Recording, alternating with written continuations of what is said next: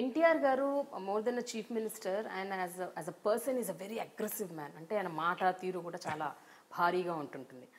ఆ వ్యక్తి మీతో మాట్లాడుతున్నప్పుడు ఇలాంటి ఇష్యూస్ వచ్చినప్పుడు ఎప్పుడైనా ఆయన మరీ అగ్రెసివ్గా అయిపోయి ఎప్పుడైనా మీతో హై టోన్లో ఆర్గ్యూ చేసి గట్టిగా మాట్లాడటం అలాంటివి ఏమైనా జరిగాయి? Weather any high level arguments? లేదండి, ఆర్గ్యుమెంట్స్ జరిగేవి కాదు. కానీ ఆయన మాట్లాడే విధానం ఎలా ఉండేదంటే, నువ్వు ఇంక ఏం చెప్పినా నా ఆలోచన మారదు అన్నట్టుగా ఉండేదన్నమాట.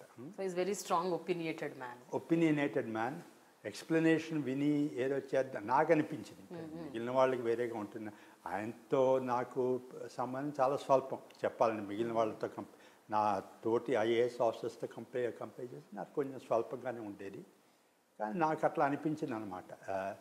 ఈయన ఏదో ఒక ఆలోచనకు వచ్చేసారు, ఇది నా అభిప్రాయము, నేను అనుకుంటున్నాను, నువ్వేం చెప్పినా సరే ఇదే నేను అనుకుంటున్నట్టుగా ఉండేది అనమాట. కానీ ఆర్గ్యుమెంట్ చేసి. కానీ అప్పుడు ఎలా అనిపించేదండి? అంటే you are also young at that point of time. ఆబ్వియస్గా యంగ్ ఆఫీసర్గా మీకు అన్ని అరే నేను ఇంకా ఇది బాగా చేస్తా కదా, నాకు ఇంకా బాగా వచ్చు కదా, అరే నేను చెప్పేది ఎందుకు వినట్లేదు, ఈ టైప్ ఆఫ్. అంటే ఇప్పుడంటే over the years of maturity levels పెరుగుంటాయి. But at that point of time I'm sure తప్పకుండానండి మనసు కష్టపడేది.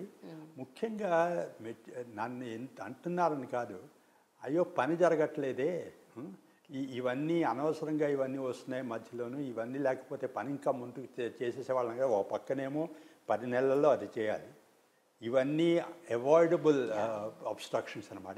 ఇవన్నీ లేకుండా ఉంటే ఇంకా తొందరగా జరిగిపోయేది అని అప్పుడు అనిపించేది అనమాట. అయితే స్టేట్ గవర్నమెంట్లో మీరు రకరకాల విధులు నిర్వర్తించారు. ఆ టైంలో మీరు 3 ముఖ్యమంత్రులు, ఎన్టీ రామారావు గారు, విజయభాస్కర్ రెడ్డి గారు, అలాగే చంద్రబాబు గారితో పనిచేశారు, చెన్నారెడ్డి గారితో కూడా పనిచేశారు. ఫైనాన్స్ మినిస్టర్స్ రోసయ్య గారితోనే, అలాగే అశోక్ గజపతి రాజు, చంద్రబాబు నాయుడు గారితో పనిచేశారు. సో ఇంతమందితో పనిచేస్తున్నప్పుడు with whom you more comfortable అండి? ఎవరి దగ్గర నిజంగా చాలా కంఫర్ట్ లెవెల్స్ ఉండేవి, మీకు వాళ్ళకు ఒక అండర్స్టాండింగ్ ఉండేది? ఎవరు అంటే ఒక పాయింట్ చెప్పగానే yes let us do it together అన్న కారణం అందరితోనూ నాకు బాగానే ఉండేవాడిని. అందరూ నన్ను గౌరవించేవాళ్ళు, నేను వాళ్ళని కూడా గౌరవించేవాళ్ళని, అందరితో కంఫర్టబుల్గా చెప్పాను. But that is being little diplomatic. But generally I'm sure ఒకళ్ళతో ఇద్దరితో మీకు మంచి అండర్స్టాండింగ్ ఉండుండొచ్చు. You are more close to 1 or 2 people. అంటే చంద్రబాబు నాయుడు గారితో చాలా కాలం ఆయన ముఖ్యమంత్రి 5.5 సంవత్సరాలు ఫైనాన్స్ సెక్రటరీ చేశాను. ఆయన ముందు ఆర్థిక మంత్రిగాను, తర్వాత ముఖ్యమంత్రిగాను. చంద్రబాబు గారితో నేను ఆయనతో నా ఎక్స్పీరియన్స్ ఏమిటంటే, ఏం చెప్పినా సరే ఆయన ఏమిటి నువ్వు అస్తమానం ఇలా నెగటివ్గా చెబుతావు అని కాకుండా గౌరవించేవాడు.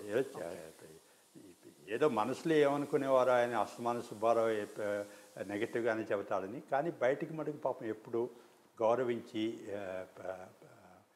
మన్నించి మాట్లాడేవారు. ఓకే.